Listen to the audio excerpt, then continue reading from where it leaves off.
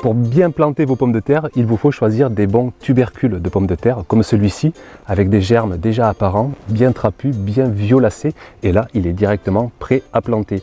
Vous en trouvez dans toutes les bonnes jardineries dès le début du mois de mars.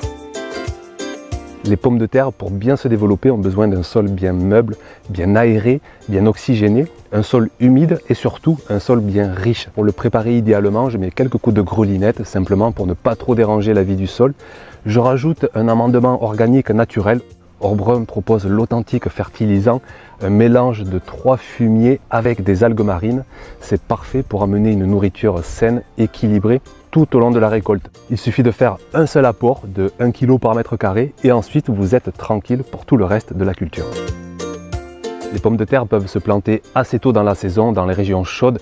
Vous pouvez planter dès le début du mois de mars. Un sol à 5-10 degrés suffit largement pour faire germer les tubercules. Dans les régions les plus froides, patientez quelques semaines, courant avril, voire jusqu'à début mai, pour éviter tout risque de grosse gelée. Parce que si le tubercule germe et que le plant sort de terre, il aura du mal à supporter une grosse gelée, alors soyons tout de même vigilants. Vous faites des trous de 10-15 cm de profondeur, vous déposez votre tubercule avec les germes vers le haut et vous recouvrez sans tasser, ce n'est pas nécessaire, la pluie s'en chargera. Vous espacez vos trous d'une quarantaine de centimètres et laissez bien 60-80 cm entre deux lignes. Il existe une autre méthode pour bien planter ces pommes de terre.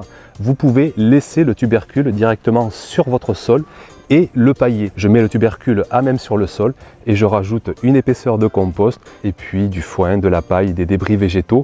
Il ne faut surtout pas que votre tubercule voie la lumière, donc n'hésitez pas à mettre un paillage conséquent.